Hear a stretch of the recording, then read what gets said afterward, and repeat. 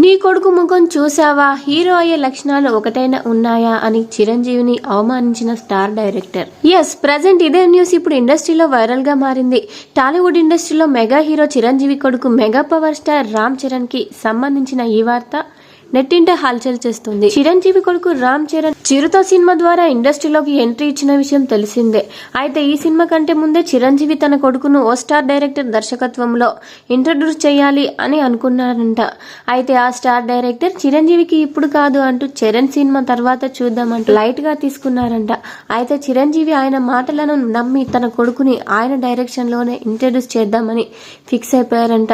కానీ ఆ డైరెక్టర్ మాత్రం పక్క వాళ్ళతో అసలు వాడిది హీరో ఫేస్ అయినా వాడి ముఖంలో ఒకటైన క్వాలిటీ ఉందా, చిరంజీవి కొడుకు అయినంత మాత్రాన ఇండస్ట్రీలో మరో చిరంజీవిగా మారిపోతాడా అంటూ చేపుగా మాట్లాడారంట. ఆ మాటలు చిరంజీవి వరకు కూడా చేరాయంట.